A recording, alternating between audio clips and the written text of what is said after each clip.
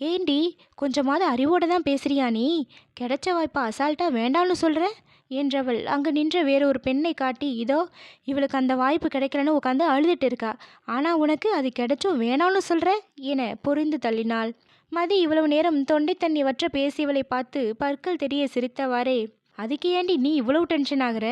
சாதாரண இன்டர்வியூ தானே, இது இல்லைன்னா இன்னொன்று என மீண்டும் சாதாரணமாக பதில் சொல்ல, அபி பல்லை கடித்தவளாக, அடியேய், இங்கே வந்திருக்கவங்க எல்லாம் பெரிய பெரிய கம்பெனிஸ் தெரியுமா? அதுலேயும் நீ இப்போ அட்டன் பண்ணிட்டு வந்திருக்கிறது எவ்வளோ பெரிய கம்பெனி தெரியுமா? இதில் வேலை கிடைக்காதான்னு எத்தனை பேர் முயற்சி செஞ்சிட்டு இருக்காங்க. இந்த கம்பெனியில் மட்டும் வேலை கிடைச்சிட்டா போதும், நம்ம நிலைமை செம்ம டாப்பில் இருக்கும். நீ என்னடானா சுலபமாக வேணான்னு சொல்லிட்டு இருக்க என மூச்சுரைக்க அறிவுறுத்தினாள். மதி அபியின் பேச்சில் யோசிக்க ஆரம்பித்திருந்தாள். அபி சொன்னது யாவும் இவளும் கேள்விப்பட்டு இருக்கிறாள் தான். ஆனால் தன் பெற்றோரை எண்ணியே அவ்வாறு வேண்டாம் என்றாள். அதுவும் வேறொரு ஊரில் வேலை என்றால்